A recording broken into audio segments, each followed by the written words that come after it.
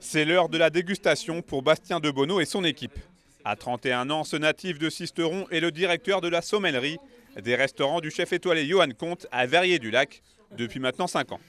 Et chaque semaine, ce haut savoyard d'adoption organise pour lui et ses collaborateurs sommeliers un moment de travail collectif et de partage. J'essaye au maximum de pouvoir les faire participer, de leur faire déguster, parce que c'est aussi ça la clé de notre métier, c'est de beaucoup déguster de vin, pour avoir une mémoire gustative et aussi pour être capable de pouvoir parler des vins. Donc c'est vrai de rencontrer directement les producteurs. Et en plus aujourd'hui on a la chance d'avoir un très grand château que tout le monde rêve de goûter. C'est qu'on n'a pas l'occasion d'en goûter souvent, donc là le goûter tranquillement, posément, c'est vraiment hyper important. Bastien de Bonneau et la sommellerie, c'est une histoire d'amour qui dure depuis maintenant bien longtemps.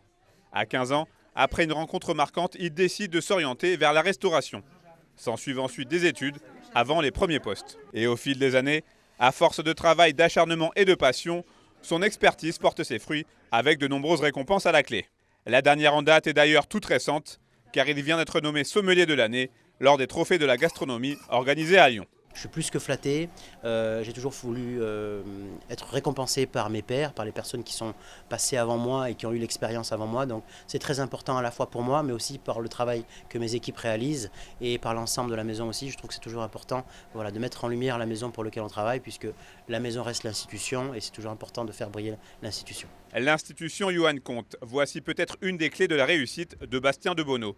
En les observant tous les deux, on devine facilement la passion commune qui les unit et qui se transpose dans la cuisine du chef breton, doublement étoilé au guide Michelin et récemment sacré cuisinier de l'année par le Goemio. C'est devenu complètement naturel de s'adapter à un vin. Donc à chaque fois, Bastien, il a cette malice d'avoir une complicité, de venir me voir, le client a pris ça, qu'est-ce qu'on pourrait, tac, tac, j'ose le dire, je ne vois plus le métier sans lui aujourd'hui, donc faut pas qu'il parte parce qu'il y a vraiment une belle complémentarité, puis c'est une histoire d'homme. On a envie d'aller chercher le meilleur ensemble, d'aller chercher l'excellence ensemble. C'est quelqu'un qui est exceptionnel de travail, il travaille tout le temps, il connaît tout sur l'histoire, on arrive tous les deux à aller chercher 700 ans avant Jésus-Christ pour comprendre le pourquoi du comment, les sols, et donc c'est une source d'inspiration qui est dingue, et ça me pousse et force à être meilleur parce qu'il est très très bon.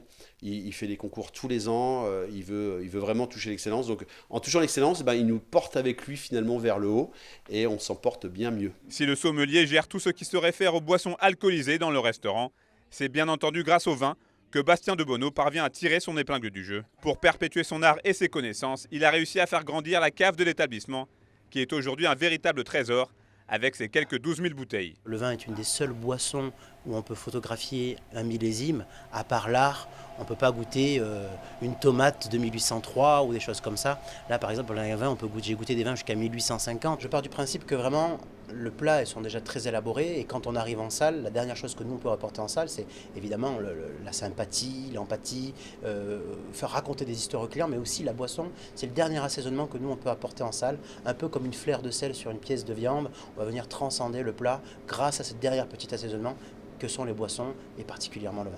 Le jeune homme ne se fixe pas de limites, preuve en est, aujourd'hui il fait partie des tout meilleurs sommeliers français et il représente en quelque sorte le savoir-faire au Savoyard.